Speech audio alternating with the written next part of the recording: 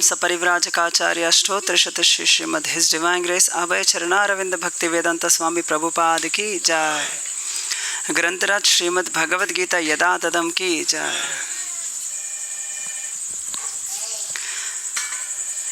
एनिमिदो अध्यायము శ్లోకము 2 अधियज्ञः कथं कोत्र देहेऽस्मिन् मधुसूदन प्रयाणकाले च कथं ज्ञेयोऽसि नियतात्मभिः।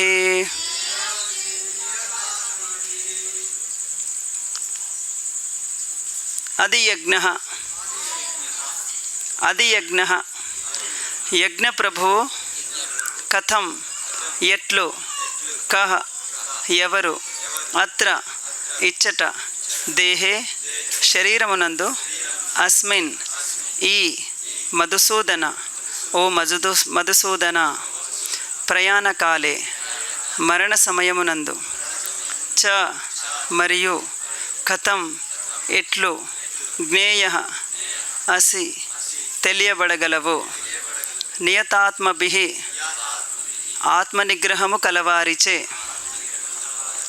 తాత్పర్యము భాష్యము కృష్ణ కృపామూర్తి అభయ చరణారవింద భక్తి వేదాంత స్వామి ప్రభుపాదుల వారిచే శ్రీల ప్రభుపాదికి జాయ్। ఓ మధుసూదన, యజ్ఞ ప్రభువెవ్వరు? అతడు ఏ విధముగా దేహమునందు వసించి ఉండునో భక్తి యోగమునందు నిలిచిన వారు మరణ సమయమున నిన్నెట్లు ఎరుగజాలుదురు? అర్జునుడు ఇక్కడ కృష్ణుడిని ప్రశ్న అడుగుతున్నారు. యజ్ఞ ప్రభువు అను పదము ఇంద్రుని గాని విష్ణువుని గాని సూచించును. విష్ణువు బ్రహ్మరుద్రాది ప్రధాన దేవతలలో ముఖ్యుడు కాగా ఇంద్రుడు కార్యనిర్వాహక దేవతలలో ముఖ్యుడు. కనుకనే విష్ణువు ఇంద్రుడు ఇరువురును యజ్ఞములచే అర్చింపబడుదురు. కానీ ఎవరు వాస్తవముగా యజ్ఞములకు ప్రభువనియు మరియు ఏ విధముగా భగవానుని జీవి దేహములో వసించియుండుననియో అర్జునుడు ప్రశ్నించుచున్నాడు. శ్రీకృష్ణుడు మధు అనేది దానవుని సంహరించి ఉన్నందున అర్జునుడు అతనిని ఇచ్చట మధుసూదన అని సంబోధించుచున్నాడు. అర్జునుడు కృష్ణ భక్తి పరాయణుడైనందున వాస్తవమునకు అతని మనస్సునందు ఇట్టి సంశయములు ఉదయించకూడదు. అనగా ఈ సంశయములు దానవులను బోలి ఉన్నవి. దానవులను దునుమాడుటలో శ్రీకృష్ణుడు నేర్పరి కనుక తన మనస్సులో ఉదయించుచున్న దానవ స్వభావ సంశయములను అతడు నశింపజేయునని భావించి అర్జునుడు ఆ దేవదేవుని మధుసూదన అని సంబోధించుచున్నాడు. జీవితమున చేసినదంతయో మరణ సమయమున పరీక్షించబడుచున్నందున ప్రయాణకాలే అను పదము ఈ శ్లోకమున ప్రధానమై ఉన్నది. కృష్ణ భక్తి భావనయందు నిరంతరము సంలగ్నమైన వారిని గూర్చి ఎరుగుటలో అర్జునుడు ఆతురతను కలిగి ఉన్నాడు. చివరి క్షణమున వారి స్థితి ఎట్టిదన్నదే అది అతని ప్రశ్న. మరణ సమయంలో దేహ కర్మలన్నీయును స్తంభించిపోయి మనస్సు సరి అయిన స్థితిలో నిలవజాలకుండును. దేహ పరిస్థితి కారణముగా విచలితుడై మనుజుడు శ్రీకృష్ణ భగవానుని జ్ఞప్తికి తెచ్చుకోనలేకపోవచ్చును. కనుకనే హే ప్రభు, నేనిప్పుడు పూర్ణ స్వస్థతతో ఉన్నాను. నీ పాదపద్మముల చెంత నా మనస్సనేడి రాజహంస చేరగలిగిన రీతిలో నేను శీఘ్రమే మరణించుట ఉత్తమము అని మహారాజు కులశేఖరుడు ప్రార్థించెను. నీటి అందుందడి హంస పద్మములను చేరి క్రీడించుట యందును ఆనందము పొందును కనుక అతడు ఆ ఉపమానము ఒసగెను. పద్మములందు చేరుటయే దాని స్వభావ సిద్ధమై క్రీడ. కనుకనే ఆయన, హే ప్రభు, నా మనస్సు ఇప్పుడు నిర్మలముగానున్నది మరియు నేను స్వస్థుడనై ఉన్నాను. కనుక నీ పాదపద్మములను తలుచుచు నేను ఈ క్షణమే మరణించినచో నిక్కముగా నా భక్తి పూర్ణము కాగలదు. కానీ సహజ మరణమునకై ఎదురు చూసినచో ఏమి జరగనున్నదో నేనెరుగలేను. ఏలైనా ఆ సమయమున దేహ కార్యములన్నీయును భంగపడి గొంతు కఫముతో నిండిపోవును గనుక నీ నామమును నేను పలుకుగలనో లేదో నెరుగజాలను. కనుక శీఘ్రమే మరణించుట ఉత్తమము అని శ్రీకృష్ణ భగవానునితో పలికెను. కనుకనే మరణ సమయమున ఏ విధముగా మనుజుడు శ్రీకృష్ణుని చరణ కమలములపై మనస్సును నిలుపగలడని అనున్నదే అర్జునుని ప్రశ్నయే ఉన్నది. సో ఇక్కడ అర్జునుడు మనం చూడవచ్చు, ప్రతి జీవి కూడా ప్రశ్నలు సమాధానాలు, అంటే మన పిల్లలు పుట్టినప్పటి నుంచి కూడా తల్లిదండ్రులను ప్రశ్నలు అడుగుతూనే ఉంటారు. ఏదో ఒకటి అనవసరమైన ప్రశ్నలు కావచ్చు, అవసరమైనవి కావచ్చు, కానీ ప్రశ్నలే అడుగుతుంటారు కంటిన్యూగా. ఇలా చేయొద్దు అంటే ఎందుకు చేయొద్దు, కాదు ఇది ఇలా చేయాలంటే ఇలానే ఎందుకు చేయాలి, అంటే జస్ట్ క్వశ్చన్స్ అడుగుతూనే ఉంటారు. అంటే ప్రశ్నలు ఎందుకు అడుగుతారంటే వాళ్ళకి అది తెలుసుకోవాలని. కానీ ఇక్కడ అర్జునుడు అడిగే ప్రశ్నలు సాధారణ ప్రశ్నలు కావు. చాలామంది అడుగుతారు, ఈ టీవీ ఎలా ఉంటుంది, ఈ టీవీ కొంటే ఎలా ఉంటుంది, ఈ బైక్ బాగుంటుందా, ఈ కంప్యూటర్ దీనిది ప్రాసెసర్ స్పీడ్ సరిపోతుందా, ఈ టెక్నాలజీ దీంట్లో ప్యాకేజ్ ఎక్కువ ఉంటుందా, ఏ కంపెనీ బాగుంటుంది, దేంట్లో జాబ్ బాగుంటుంది, తర్వాత నేను పెళ్లి చేసుకోవాలంటే ఏమేమి విషయాలు గ్రహించాలి, అంటే అన్ని భౌతికమైన క్వశ్చన్స్, వేల కొలది కోట్ల కొలది క్వశ్చన్స్ ఉన్నాయి. కానీ అర్జునుడు వేసే ప్రశ్నలు లాంటి ప్రశ్నలు ఒక్కడు కూడా వేయడు. సో ఇందులో అర్జునుడు ఎలాంటి ప్రశ్నలు వేస్తున్నాడంటే, ఓ మధుసూదన, అంటే మధుసూదన అంటే కృష్ణుడు మధు అనే ఒక రాక్షసుని సంహరించి ఉన్నాడు.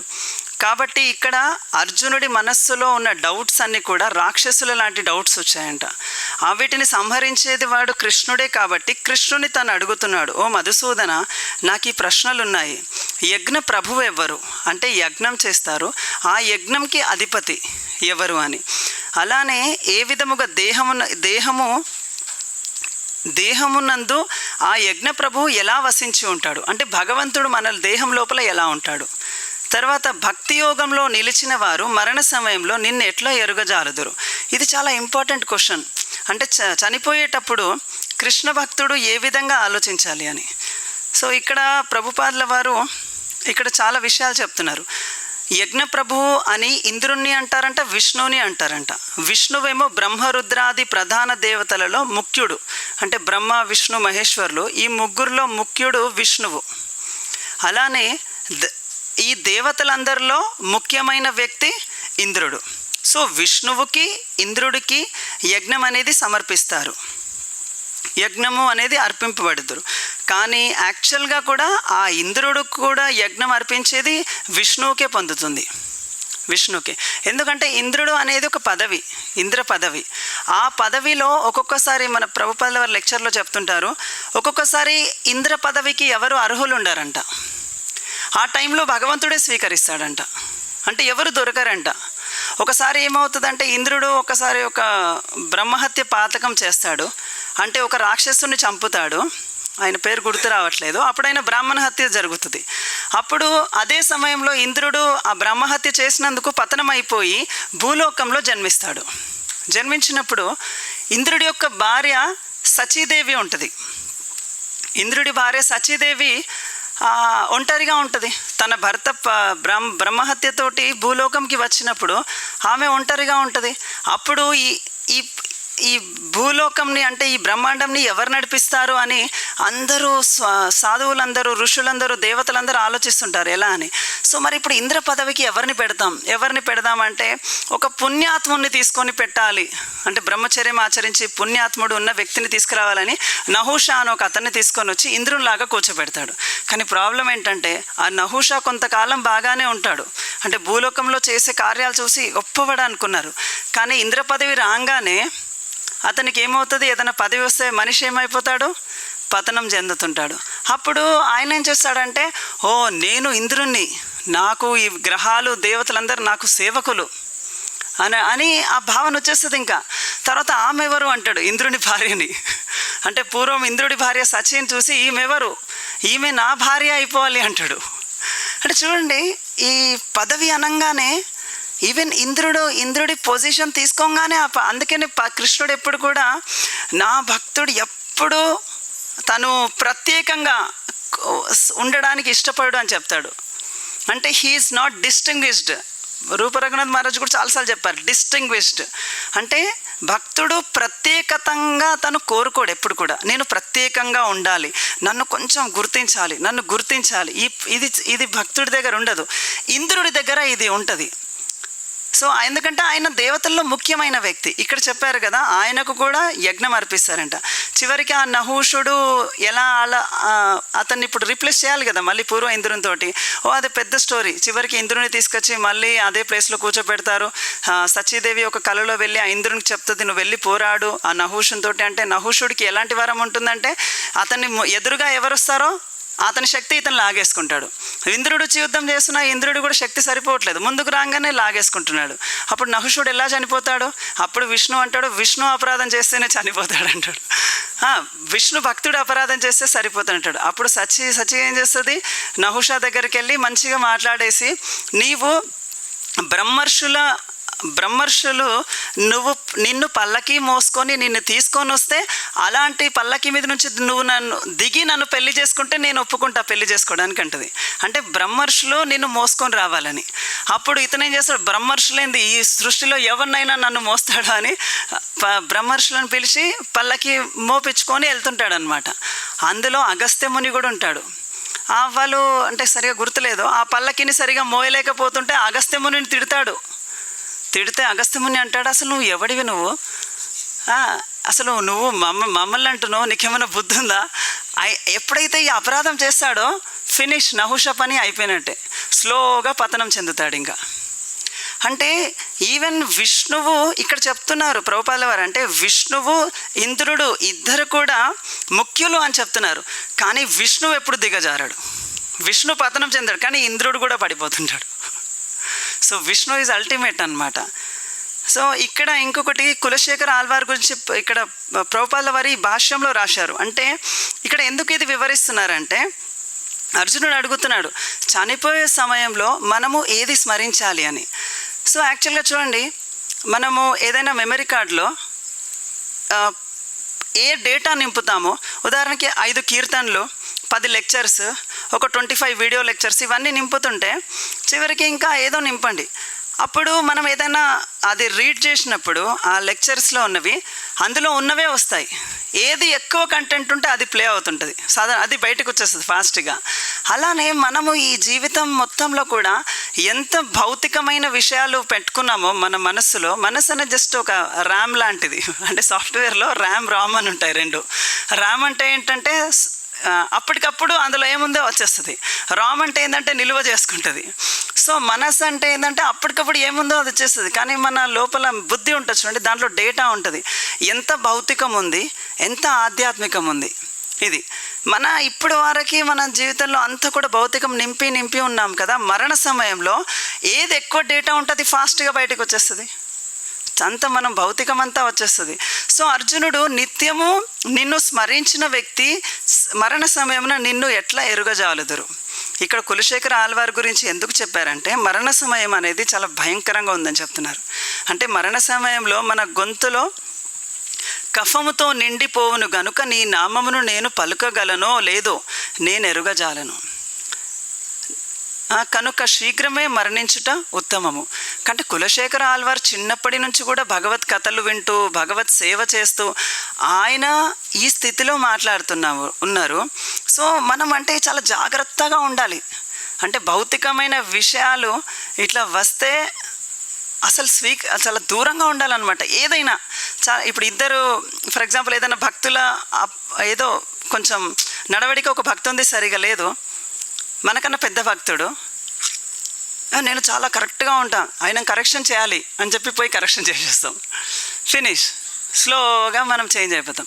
అంటే ఎవరైనా అపరాధం చేసినట్టు మనకు కనిపించినా కూడా అది పూర్తిగా తెలియనంత వరకు కూడా మనం అపరాధం చేయొద్దు, మనం వెళ్ళి అడగద్దు. ప్రతి ఒక్కటి వైష్ణవ అపరాధం అనేది ఒక హాతి మత్త హాతి, అంటే ఒక పిచ్చి పట్టిన ఏనుగు లాంటిది. అది ఎలా అంటే మనం ఇంతకాలం భక్తియుక్త సేవ చేశాం కదా, ఒక్క క్షణం వైష్ణవాపరాధం చేస్తే మొత్తం మన చేసిన ఇంతకాలం చేసిందంతా కూడా నాశనం అయిపోతుందంట. వైష్ణవాపరాధం చాలా డేంజర్. సో ఇక్కడ కులశేఖర ఆల్వార్ ఎందుకంటున్నారు అంటే, ప్రతి క్షణము భగవంతుని స్మరించుకుంటూ ఉంటున్నా, కానీ చివరి సమయంలో గుర్తు చేయలేకపోతున్నా. సో నన్ను ఇప్పుడే తీసుకెళ్ళిపో. సో ఈవెన్ మనం కూడా ప్రార్థించవచ్చు, ఇప్పుడే తీసుకెళ్ళిపో అని.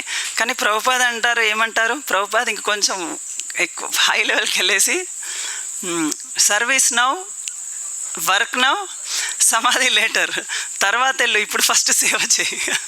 అంటే ప్రభుపాద ఎట్లా అంటే, ప్రభుపాద చూడండి ఎంత కాన్ఫిడెంట్గా చెప్తున్నారంటే, నువ్వు సర్వీస్ చేయి అంతే, నువ్వు ఏమైతావు తర్వాత అది నేను చూసుకుంటాను, బట్ యూ డూ సర్వీస్. సమాధికి ఎట్లన్నా వెళ్ళే స్థితి అది నేను చూసుకుంటాను, కానీ నువ్వు సర్వీస్ చేయి. నువ్వు వెళ్ళిపోతా, నేను ఇప్పుడు తొందర కృష్ణ దగ్గరికి వెళ్తా కూడా, don't go to Krishna, first do service అంటాడు ప్రభుపాద్.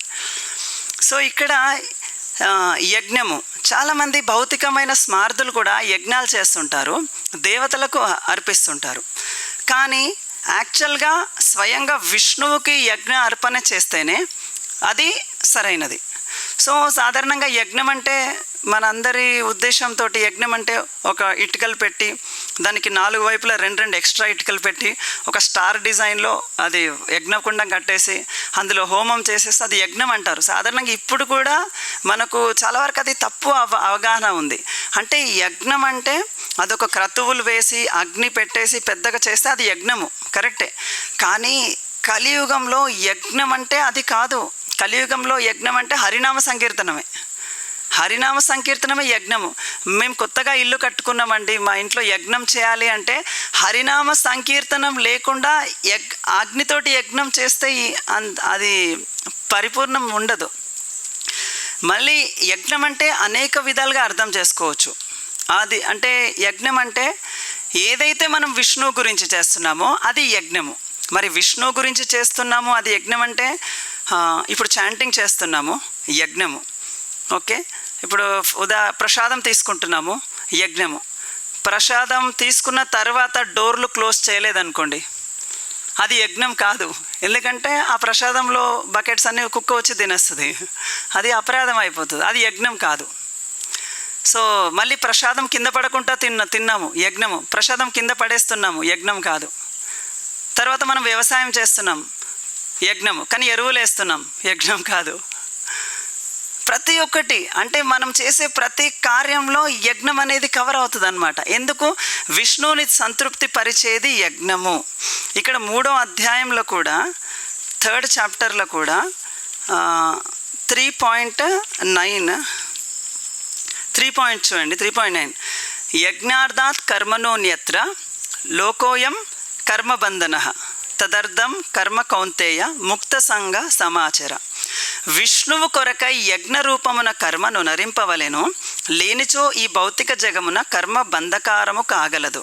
కావున ఓ కుంతిపుత్ర, నీ విద్యుక్త ధర్మములను అతని ప్రీత్యర్థమై కావింపుము. ఇక్కడ కృష్ణుడే చెప్తున్నాడు, అతని ప్రీత్యర్థమై కావింపుము అని చెప్తున్నాడు. కృష్ణుడే 3వ వ్యక్తిని సూచిస్తున్నాడు. ఇక్కడ అర్జునుడు చెప్తున్నాడు, అతని సంతృప్తికి నువ్వు కావింపుము. ఎందుకు కృష్ణుడు 3వ వ్యక్తిలాగా చెప్తున్నాడు? యాక్చువల్గా ఆయనే కదా. కానీ ఆ విష్ణువు తనే అని అప్పుడే చెప్పలేదు. లాస్ట్కి నువ్వెవరు అని అడిగినప్పుడు నేను ఆయననే అని అప్పుడు చెప్పాడు. అప్పటి వరకు అర్జునుడికి చెప్తున్నాడు, ఆయనను మొక్కు, ఆయనను మొక్కు, ఆయనను మొక్కు అంటాడు. మరి నీకు ఇవన్నీ తెలుసు కదా, నువ్వెవరు అని అడిగితే నేనే అతన్ని అని చెప్పేశాడు లాస్ట్కి. సో ఇక్కడ చూడండి, చాలా క్లియర్గా ఇక్కడ ప్రభుపాదుల వారు ఈవెన్ వర్ణాశ్రమ ధర్మం గురించి కూడా ఆయన ఎక్స్ప్లెయిన్ చేస్తున్నాడు. ఇందులో సాధారణంగా దేహపోషణ కొరకైనను ప్రతి ఒక్కరూ కర్మ చేయాల్సి ఉన్నందున ఆ ప్రయోజనము సిద్ధించిన రీతిలో వర్ణాశ్రమములకు సంబంధించిన విద్యుక్త ధర్మములు నిర్దేశింపబడినవి. ప్రభుపాద్ చూడండి, ఇంత పెద్ద భగవద్గీత చాలామంది అడుగుతుంటారనమాట. అంటే మామూలుగా ఈ యొక్క వర్ణాశ్రమ ధర్మం ఆచరించనిది, అంటే ఇలా సింపుల్ లివింగ్, హై థింకింగ్ ఆచరించనిది మరి కృష్ణుని భక్తి చేయలేమా అంటే, భక్తి అనేది ఈ ఫామ్ కమ్యూనిటీలో ఉంటే రాదు, లేదా సిటీలో ఉంటే రాదు. భక్తి అనేది విష్ణువు సంతృప్తి కొరకు చేస్తే ఉంటుంది. క్లియర్గా ది పాయింట్. విష్ణు సంతృప్తి గురించి ఒకవేళ మనం ఏదైనా యాక్టివిటీ చేస్తే అది యజ్ఞం అవుతుంది. యజ్ఞం అంటే కర్మబంధంలో మనం చిక్కుకోము. కానీ ఇక్కడ ప్రభుపాదుల వారు ఆ విషయంనే ఇంకేం చెప్తున్నారు, ప్రతి ఒక్కరూ కర్మ చేయాల్సి ఉన్నందున ఆ ప్రయోజనము సిద్ధించిన రీతిలోనే, అంటే మనందరం పని చేయాలి. కానీ మరి పని చేసినప్పుడు ఆ కార్యము ఒకవేళ కరెక్ట్ అయితే, మనం చేసేది కరెక్ట్ అయితే అది వర్ణాశ్రమములకు సంబంధించిన విద్యుక్త ధర్మంలో అని నిర్దేశింపబడినవి. అంటే మనము వర్ణాశ్రమ ధర్మంలో ఒకవేళ ఉండి కార్యము చేస్తే అది విష్ణు సంతృప్తికి వెళ్తుంది, లేకపోతే కార్యం వెళ్ళదు విష్ణు సంతృప్తికి. ఇది చాలా క్లియర్గా అర్థం. అందుకనే ప్రభుపాద చాలా స్పెసిఫిక్గా ఇక్కడ వర్ణాశ్రమములకు అని ఎందుకు వాడుతున్నారు అంటే, వర్ణాశ్రమ ధర్మములు విష్ణువు తన సంతృప్తి గురించి యాక్టివిటీస్. యాక్చువల్గా ఇంకెంతసేపు ఉంది ప్రభు? 5 minutes. ఓకే. సో ఇక్కడ యాక్చువల్గా ఇంకొక పాయింట్ ఉంది. ఎలా అంటే, మనము దేహ పోషణకి బట్ట కావాలి, ఇల్లు కావాలి, తర్వాత ఇంకా ఆహారం కావాలి దేహ పోషణకి. ఆత్మ పోషణకి హరినామం కావాలి. ఓకే, దేహ పోషణ కంటే ప్రసాదమే అనుకోండి, కానీ భౌతికంగా చూస్తే 3 కావాలి. సో కృష్ణుడు ఏం చెప్తున్నాడంటే, ఆత్మ పోషణకి హరినామం ఉంది, కానీ దేహ పోషణలో పాపం అనేది ఎంతో కొంత ఉంటుందని చెప్తున్నాడు. మీరు 18th చాప్టర్ చూస్తే ఏ శ్లోకం 18.48లో అగ్ని పొగచే ఆవరింపబడినట్లు ప్రతి యత్నం కూడా ఏది ఒక దోషమునే ఆవరింపబడి ఉండును. అంటే ఈ భౌతిక లోకంలో మీరు ఏ పనైనా చేయండి, ఏదో కొంచెం పాపం ఉంటుంది. కానీ ఇక్కడ ప్రభుపాద ఏం చెప్తున్నాడు, కానీ అది వర్ణాశ్రమ విధులను అనుసరించి చేస్తే ఆ పాపం అనేది ఉండదు. ఉన్నా కూడా అది విష్ణువు దాన్ని యాక్సెప్ట్ చేస్తాడు. కానీ ఈ వర్ణాశ్రమ విధులకు కాకుండా మనం ఈ ఉగ్రకర్మను స్వీకరించామనుకోండి, అది విష్ణువుని తృప్తిపరిచే యజ్ఞం కిందికి రాదు. అర్థమవుతుంది కదండి. ఉదాహరణకి ఇప్పుడు మనము ఏదైనా, ఇప్పుడు ఒక సుగుణ చికెన్ సెంటర్ అతను ఉన్నాడు, అతనికి ఒక 8 షాపులు ఉన్నాయి. అతను అనుకున్నాడు అనుకోండి, లేదు నేను 6 షాపుల ప్రాఫిట్ మొత్తం నేను కుర్మగ్రామ్కి ఇచ్చేస్తాను, నా పాపం అంతా పోతుంది అనుకున్నాడు అనుకోండి. 6 చికెన్ సెంటర్లు మనం డబ్బులు మొత్తం మనకే ఇస్తుంటాడు. కానీ కృష్ణుడు అది ఒప్పుకోడది. ప్రభుపాద అది రాశారు ఒక భాష్యంలో. అది కృష్ణుడు స్వీకరించాడు ఆ ధనాన్ని. ఎందుకంటే అది వర్ణాశ్రమ విధులకు వ్యతిరేకంగా ఉంది, ఉగ్రకర్మ కిందికి ఉంది. అది ఈవెన్ ఏదైనా ఆధునికం కానీ ఉగ్రకర్మ కానీ ఏదైనా ఫలము కృష్ణుడు స్వీకరిస్తాడు, కానీ తృప్తిగా ఉండడు. మీకు ఈ పాయింట్ అర్థమవుతుంది, డిఫరెన్స్ ఉంటుంది.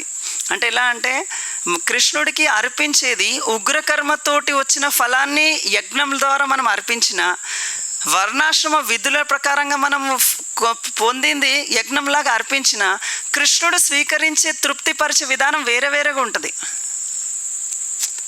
చూడండి, మీరు ఎడ్లతోటి దున్ని రైస్ని పండించి ఆ రైస్ కృష్ణుడికి పెట్టండి, ట్రాక్టర్ తోటి దున్ని యూరియా వేసేసి ఎరువులన్నీ వేసేసి రైస్ కృష్ణుడికి పెట్టండి. అంటే ఇద్దరు భక్తులే, కానీ కృష్ణుడు ఇద్దరు భక్తి భావాన్ని చూస్తాడు, కానీ ఎంతో కొంత పెట్టింది కూడా చూస్తాడు కదా, ఎంత పెట్టింది. అంటే ఇక్కడ యజ్ఞము అంటే విష్ణువు సంతృప్తి గురించి అన్న విషయము మనం క్లియర్గా అర్థం చేసుకోవాలి. ఈ పాయింట్ అర్థమైతేనే ఈ యొక్క ప్రభుపాద యొక్క భాష్యం మొత్తం అర్థమవుతుంది, క్లియర్గా అర్థమవుతుంది ప్రభుపాద భాష్యం, లేకపోతే అర్థం కాదు.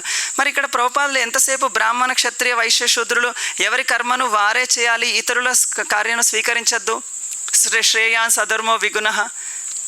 ఇప్పుడు టోటల్ 700 శ్లోకాస్ ఉన్నాయి ఇందులో. ఈ టోటల్ 700 శ్లోకాస్లో మనం ఏది ఫాలో అయినా కూడా యజ్ఞం చేసినట్టే కదా. అంటే మీకు ఇప్పుడు అర్థమవుతుంది కదా, యజ్ఞం అంటే విష్ణువుని సంతృప్తిపరచడానికి, ఇది క్లియర్. ఇందులో 700 శ్లోకాలు ఉన్నాయి. ఈ 700 శ్లోకాలు కూడా ఇందులో ప్రతి ఒక్క శ్లోకం మనం ఆచరిస్తేనే యజ్ఞము. ఒక శ్లోకము అది మనకు సంబంధం లేదేమో అని వదిలేస్తే ఒక శ్లోకంలో యజ్ఞం చేయనట్టే కదా. పాయింట్ అర్థమవుతుందండి పాయింట్. ఇప్పుడు ఏముంది, అది చాతుర్వర్ణం మయా సృష్టం గుణకర్మ విభాగశ. ఇది సంబంధం లేదు కదా ఈ యుగంలో, ఎందుకు ఈ చాతుర్వర్ణం, ఇది సెట్ కాదు ఈ శ్లోకం.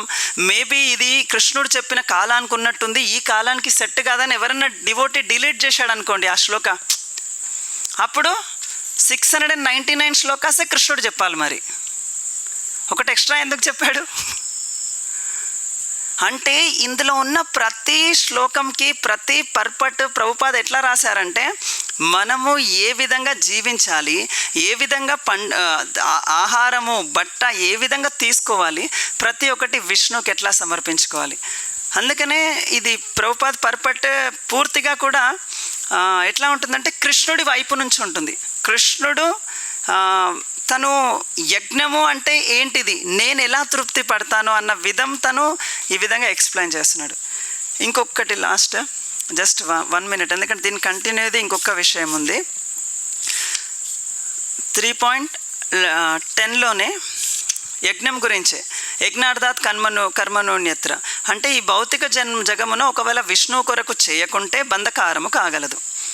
సో ఇప్పుడు మనం వర్ణాశ్రమ అంటే ఇక్కడ మనం కమ్యూనిటీలో ఉన్నాము, ఇక్కడ మనము ప్రతి ఒక్కటి తయారు చేసుకుంటున్నాము, కృష్ణుడికి సమర్పిస్తున్నాము.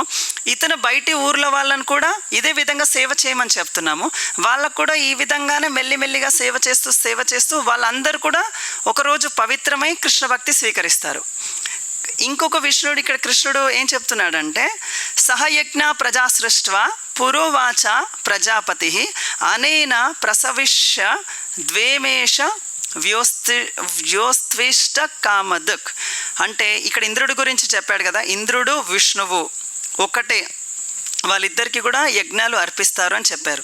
కానీ వాళ్ళిద్దరూ వేరు, దేవతలు వేరు, విష్ణువు వేరు, బ్రహ్మ వేరు. ఇక్కడ అది స్పష్టమవుతుంది. ఇందులో ఏముందంటే ఈ శ్లోకంలో 3.10లో సృష్టి ఆరంభమున సర్వజీవులకు ప్రభువైన భగవానుడు అంటే ఇక్కడ బ్రహ్మదేవుడు భగవానుడు అంటే సకల జీవులకు ప్రభువైన భగవానుడు మానవులను దేవతలను విష్ణు ప్రీత్యర్థమైన యజ్ఞములతో సహా సృష్టించి అంటే బ్రహ్మదేవుడు విష్ణువుని తృప్తి గురించి మనుషులను దేవతల్ని సృష్టించాడంట. ఈ యజ్ఞములచే మీరు సౌఖ్యవంతులు కలరు, ఏలైనా మీ ఆచరణ మీ సుఖజీవనమునకు ముక్తికి కావాల్సిన సర్వమును ఒసంగును అని ఆశీర్వదించను. ఇక్కడ బ్రహ్మ ఆశీర్వదిస్తున్నాడంట. సో అంటే ఇక్కడ కూడా యజ్ఞము విష్ణు ప్రీత్యర్థమే జరగాలి. ఈవెన్ మన దేవతలు మనుషులు జన్మించింది కూడా విష్ణు ప్రీత్యర్థమే. సో ప్రతి కార్యం కూడా విష్ణు ప్రీత్యర్థమే. సో ఇక్కడ అర్జునుడు అదే ఏమడుగుతున్నారు, ఈ యొక్క యజ్ఞంకి ఎవరు ప్రభువు? అది కృష్ణుడు చివరికి అది ఇది చెప్తుంటాడు, పరబ్రహ్మ అది చెప్తాడు, లాస్ట్కి నాకు అర్థమవుతలేదు అని అంటే నేనే అని ఎక్స్ప్లెయిన్ చేస్తున్నారు. హరే కృష్ణ. శ్రీల ప్రభుపాదకి జై. గ్రంథరాజ్ శ్రీమద్ భగవద్గీత యథాతథంకి జై.